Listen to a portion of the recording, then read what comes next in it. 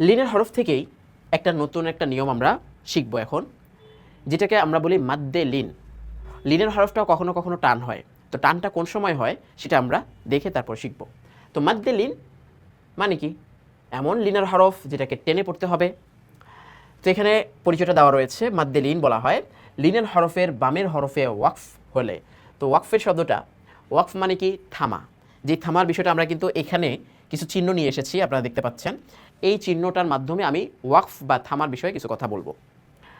তো বামের হরফে ওয়াকফ হলে এক আলিফ টানিয়া পড়িতে হয়, ইহাকে মাদ্দে লিন বলা হয়। তাহলে আমি আবার বলছি, লিনের হরফের বামের হরফে ওয়াকফ, লিনের হরফের বামের হরফে ওয়াকফ হলে বা থামলে এক আলিফ টানিয়া পড়িতে হয়। তাহলে ওয়াকফের বাংলা কি?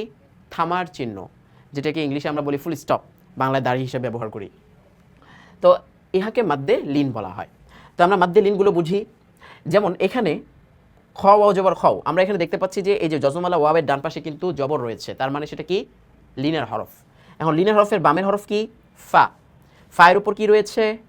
দুই পেশ রয়েছে।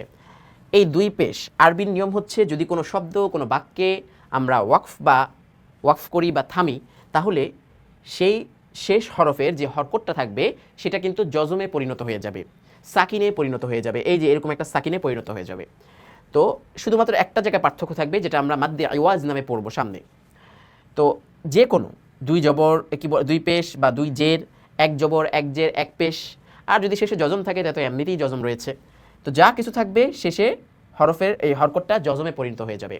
তো লিনের হরফ তার বামের হরফে ওয়াকফ হয়েছে, লিনের হরফের পরেই তার বামের হরফটার মধ্যে ওয়াকফ থামা হয়েছে, এই জন্য সেখানে এক আলিফ টেনে পড়তে হবে। এই নামটা হচ্ছে মাদ্দে লিন। তাহলে আমরা কিভাবে পড়ব? খাউফ, খাউফ, খাউ ফা দুই পেশ ফুন, খাউফ, এভাবে পড়ব। এরপরে কি রয়েছে?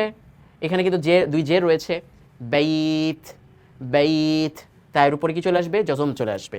তো আমরা ওয়াকফ বা বিরাম চিহ্নের এই জায়গাটা একটু ডিজাইন স্বরূপ গোলাকৃতিতে দিয়েছি। কোনো কোনো কোরআনে কারীমের মধ্যে এরকম রয়েছে, কোথাও কোথাও শুধুমাত্র গোলাকার, এই ডিজাইনটা নেই, কোথাও কোথাও এরকম ডিজাইন সহই রয়েছে, আমরা ডিজাইনটা সহ দিয়ে দিলাম। তারপর এখানে কি লেখা হয়েছে? সদিয়া যাব সই ফা দুই জের ফিন, সয়ফিন। তাহলে আমরা যদি থামি শেষ হরফে যজম চলে আসবে। আবার লিনের হরফের বামের হরফে ওয়াকফ থাকার কারণে এক আলিফ টেনে পড়া হচ্ছে, সয়ফ। এরপরে পড়ছি কি আমরা? নাউম। তো এখানে এই যে লিনের হরফ নুন ওয়াও জবর নাও, মিমের উপরে ওয়াকফের কারণে যজম চলে আসার কারণে এক আলিফ টেনে পড়া, নাউম।